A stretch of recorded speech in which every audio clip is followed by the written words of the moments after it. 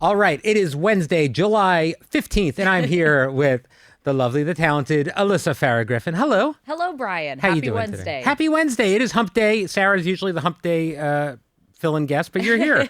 I'm glad to be here. It is a good day. Absolutely.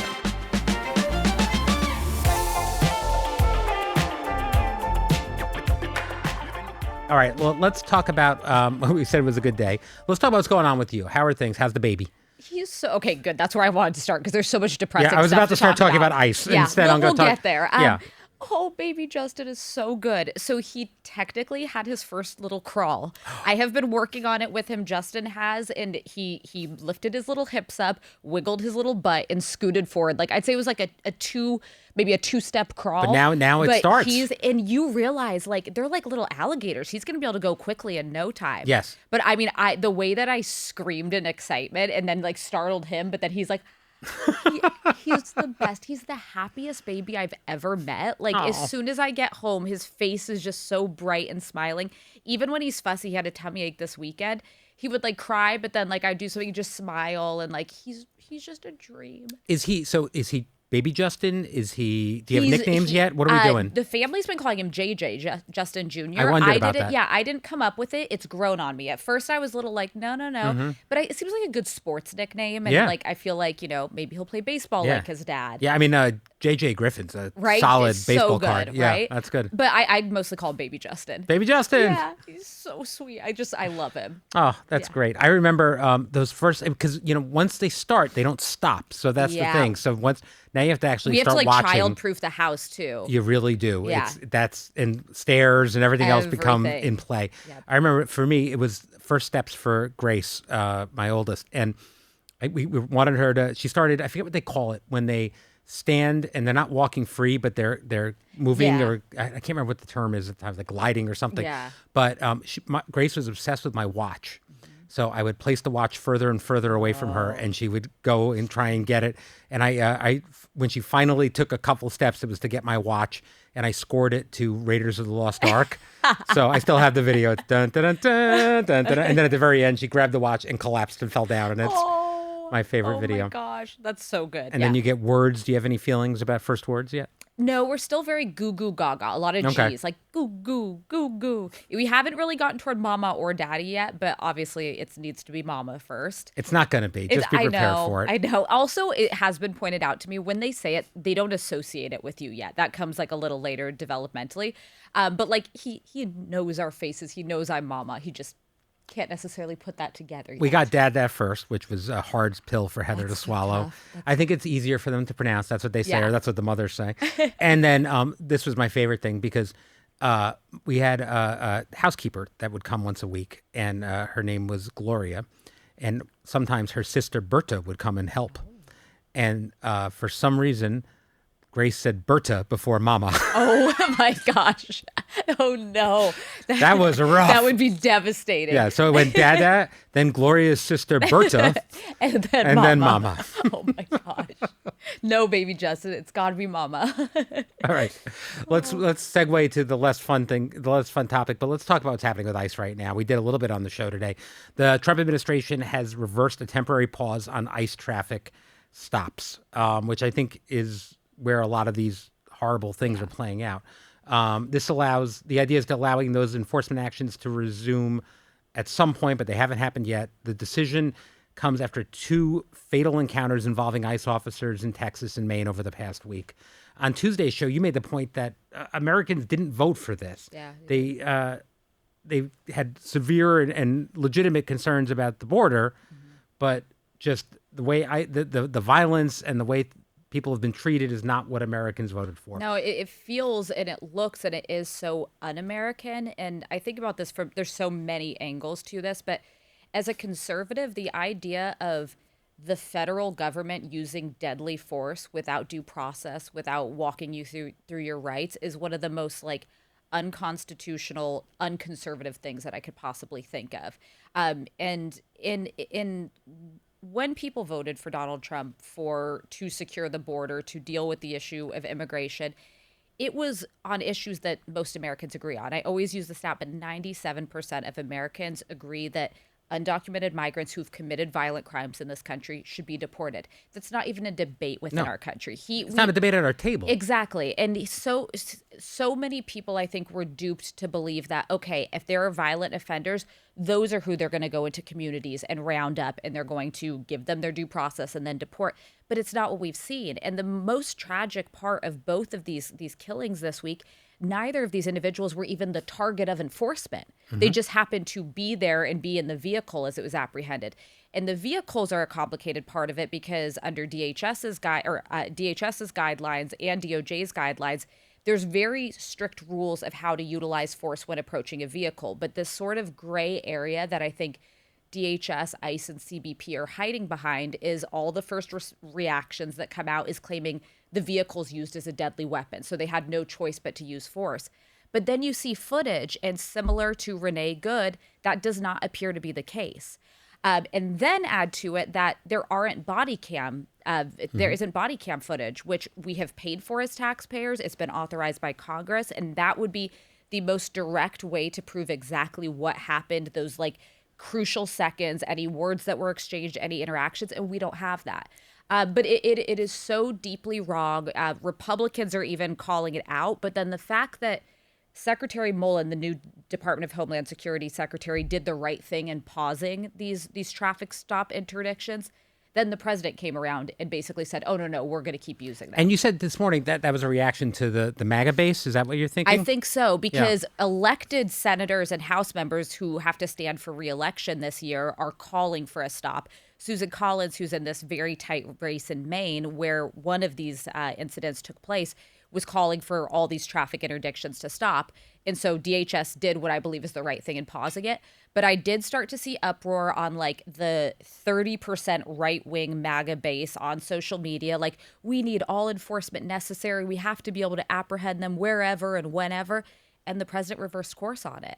It is. I mean, I hope I am wrong, but there will continue to be needless deaths if this isn't paused and we don't get more experienced people with footage, with training, with the body cameras. Like, it just cannot go on and it's so like this. much more than a political issue, obviously, Yeah. because people are dying. But from a political perspective, it's a losing issue for the midterms, wouldn't you think? It's a devastatingly losing issue. I mean, I think of my own life. Some of the people I love the most, who I'm with, throughout the week, are immigrants who are here on green cards. They're legally working in this country. I would even go through who they are. Many people I love who are very close to me. And the fact that they and this could be caught up in a situation like this. This man from Colombia in Maine, like, he was not the target. He had not committed any crime in this country. He had a 3-year-old child. Like, that is so wrong. It is such a blemish on who we are as Americans and as a society that we've allowed this to continue to happen. It will hurt Republicans in the midterms. Like, it's nonsensical to me that the president isn't saying we need a full pause for the time being on any of these kind of interdictions. Well, talking about the president, we've got a big speech coming tomorrow night that people don't really know what it's about. It's a primetime address. It will include a focus on elections. You're hearing lots of rumors on social media. What do you expect to hear from the president tomorrow? So, primetime address, I'm curious if he's going to do it from the Oval, where in the White House he's going to do it, but it's supposed to be reportedly going to be on the notion that the 2020 election was stolen. Like, I'm sorry, who is not exhausted by this at this point? Like, it is so exhausting. It is 2026. You won in 2024. Maybe focus on the election you won. Do what you promised you were going to do, because people are still hurting. Things are still too expensive. Like, we're literally at war with Iran right now, which you swore we weren't going to be.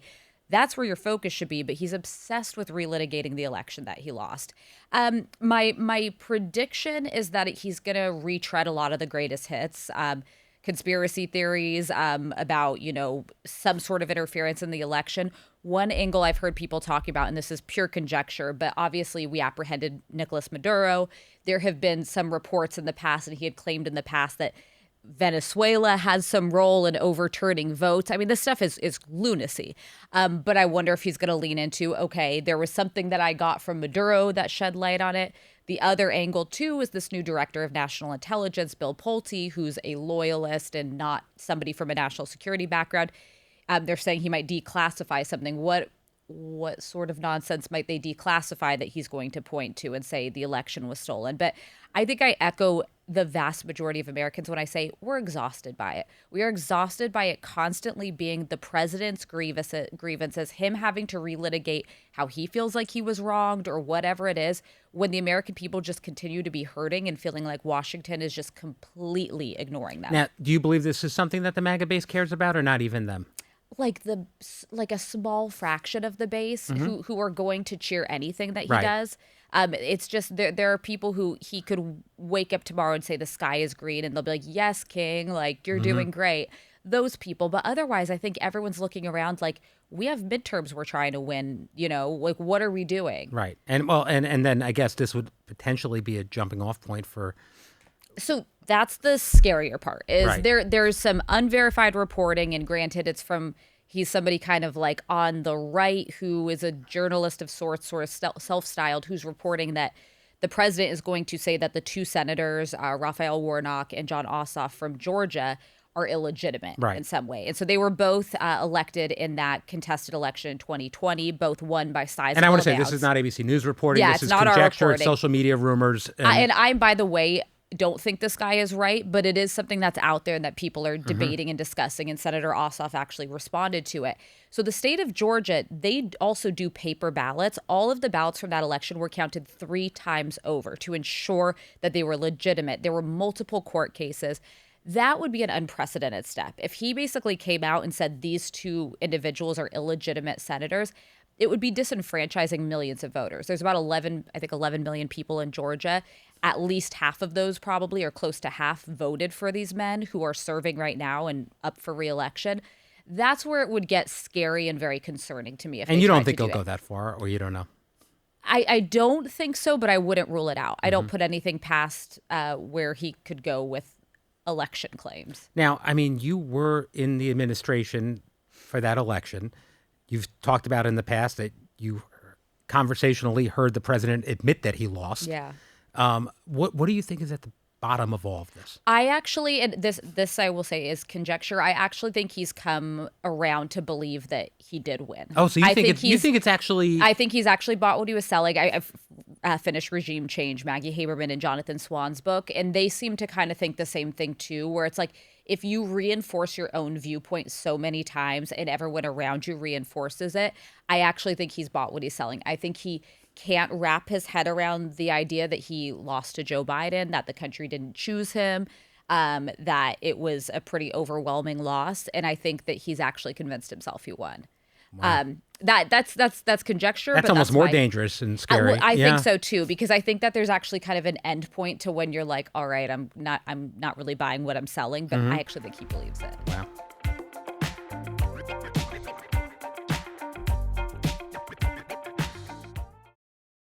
You know, we talked about Lindsey Graham earlier this Yeah. week and his passing. And I read this quote this morning, and it resonated with me, and I wanted to see if it did for you too, because you have a lot more experience than I do in politics, meaning I have none.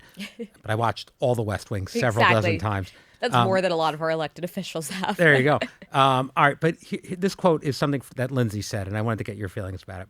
When I was first elected to the House, I looked for the they who run things, they who know how things really work, they who know what they are doing, but I couldn't find the they.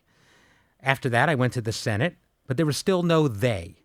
And then I started to get invited to the White House and to closed-door briefings and to meetings with top officials. No they. And that's when I finally realized there is no they, there is only we, and we usually don't know what we are doing.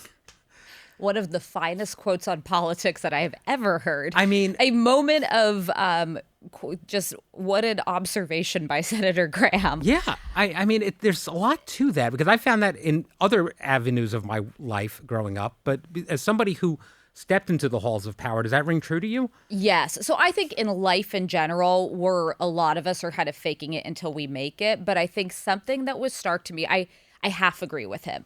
When I first came into politics, it was a different era. It was more than a decade ago. There were theys there. There were John McCain's. There were people who had spent decades studying what they're working on, being in the field of what they're working on, like who not just do like the machinations of Capitol Hill and how to get policy done, but they were actually writing policy that was meant to, outlive them.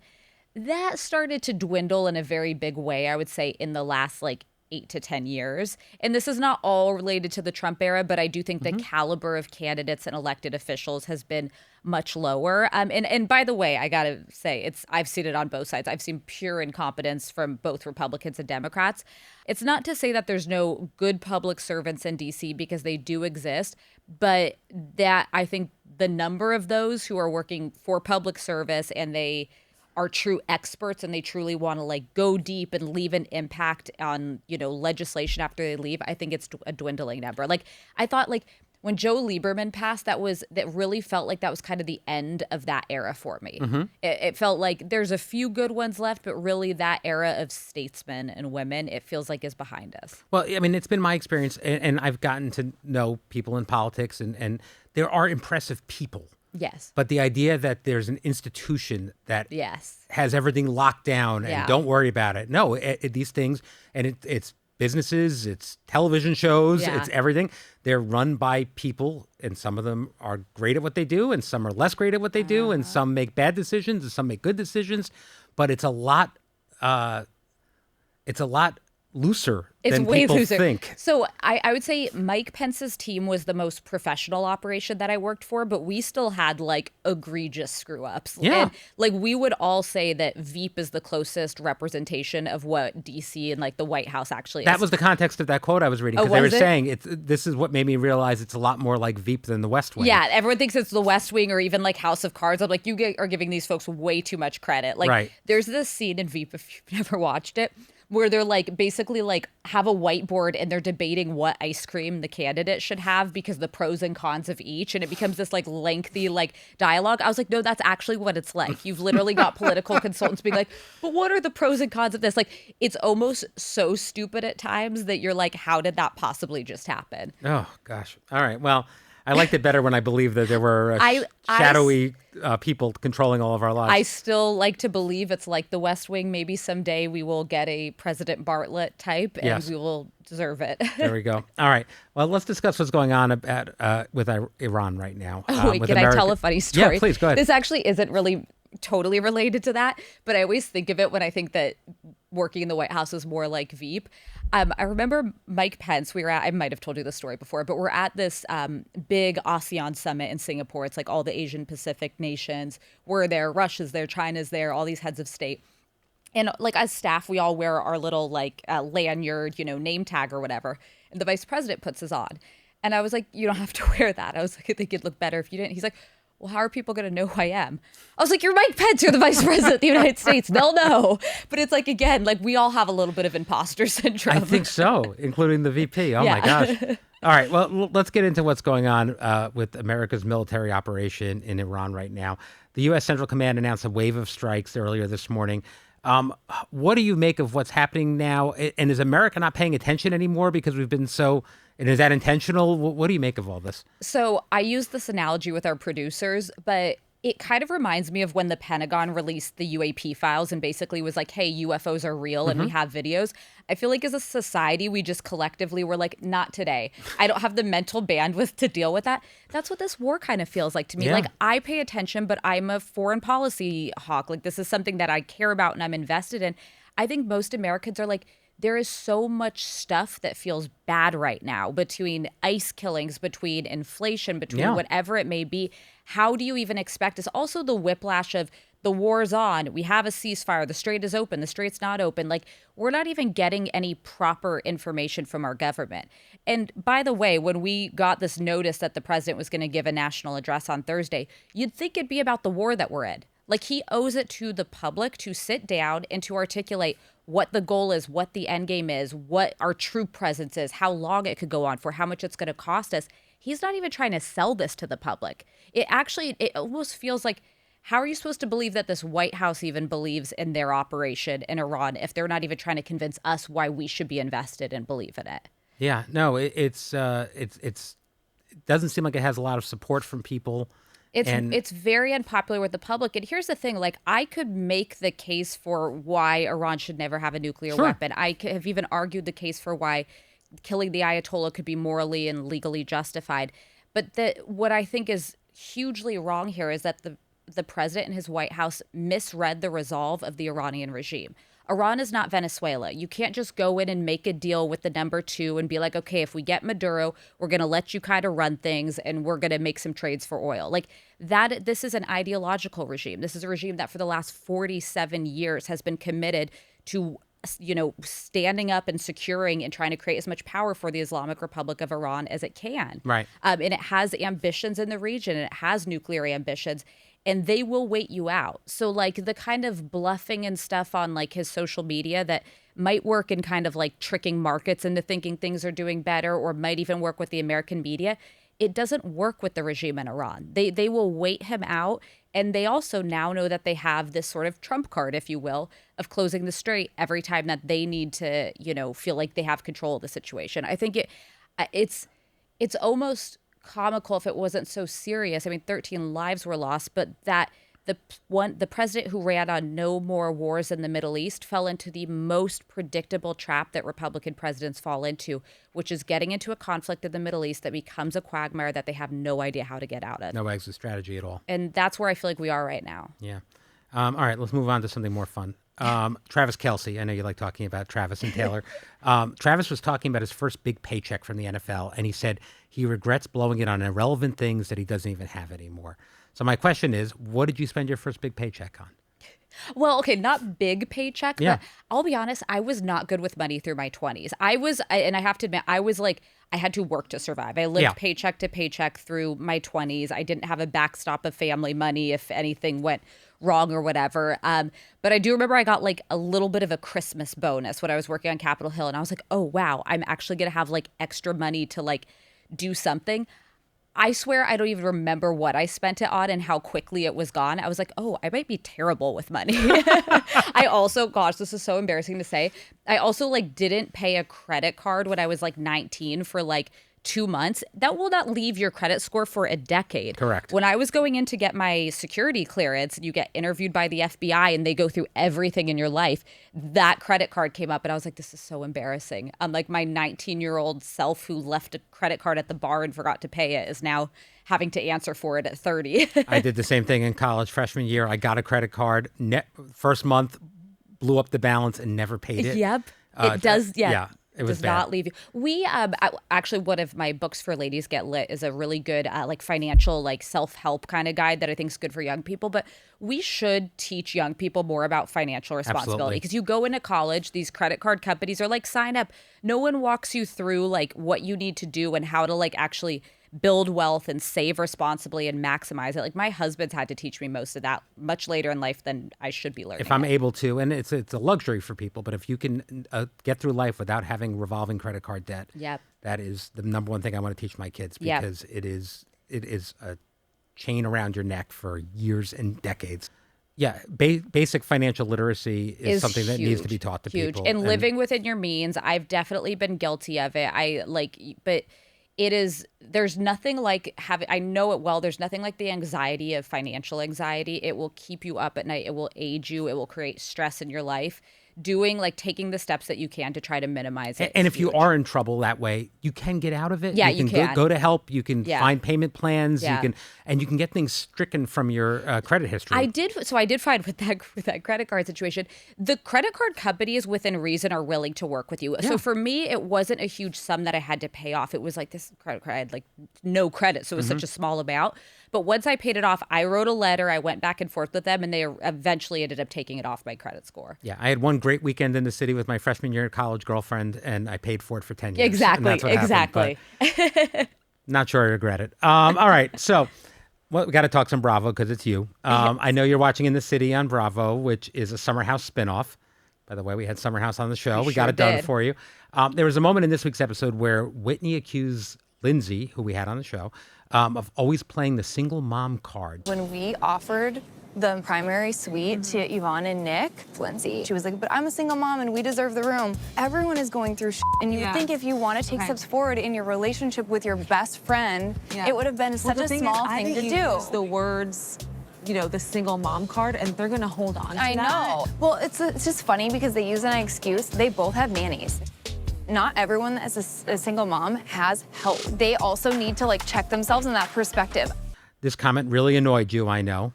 I lost it. And listen, Lindsay's a lot. I love Lindsay. Lindsay is a strong personality, but you cannot mom shame, especially if you're not a mom yourself. Right. I led when I came back. It was very important and deliberate for me when I came back from maternity leave to mention the help that I have, because I know as a mom, I am constantly comparing myself to everyone else. And I'm like, how does she have time to work out? Why do her kids look more put together? Why is this happening?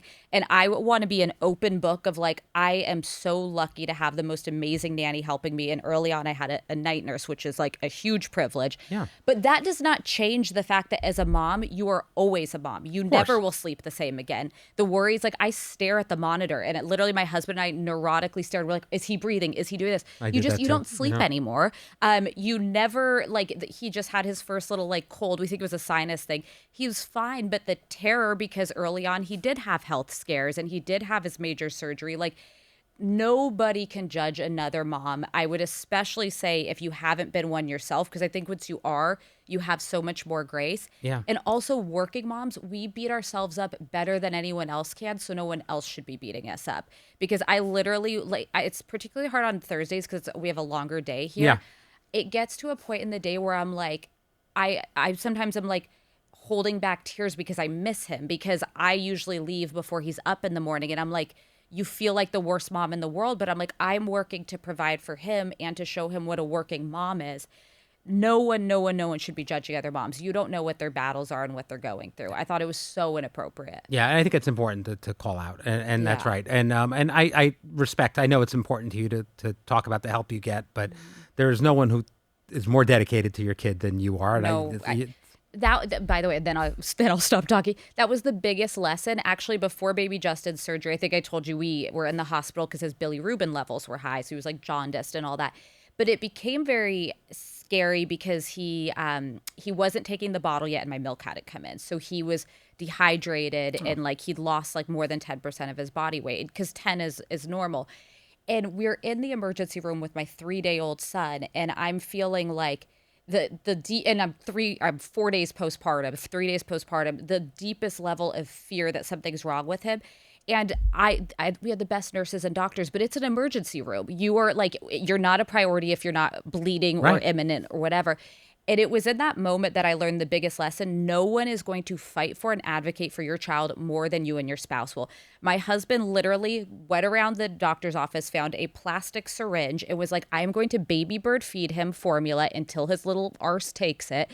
And we did it for hours. And we got him to eat and to feed. And it was like, I've never loved my husband more than that moment. But it was also the best lesson as a new parent of like, doctors are amazing, nurses are amazing, nannies are amazing. No one will love for and do anything for your child the way that you will. Absolutely. All right. That's a good note to end on, I think. Yes. I won't cry. That's for Sarah Haynes. That's exactly. Yeah. We don't have the Sarah tissues out. Yes. Thank you for joining me today. Yes, tomorrow I'll be back with Anna Navarro. We have a live show and we will see you then. See you then.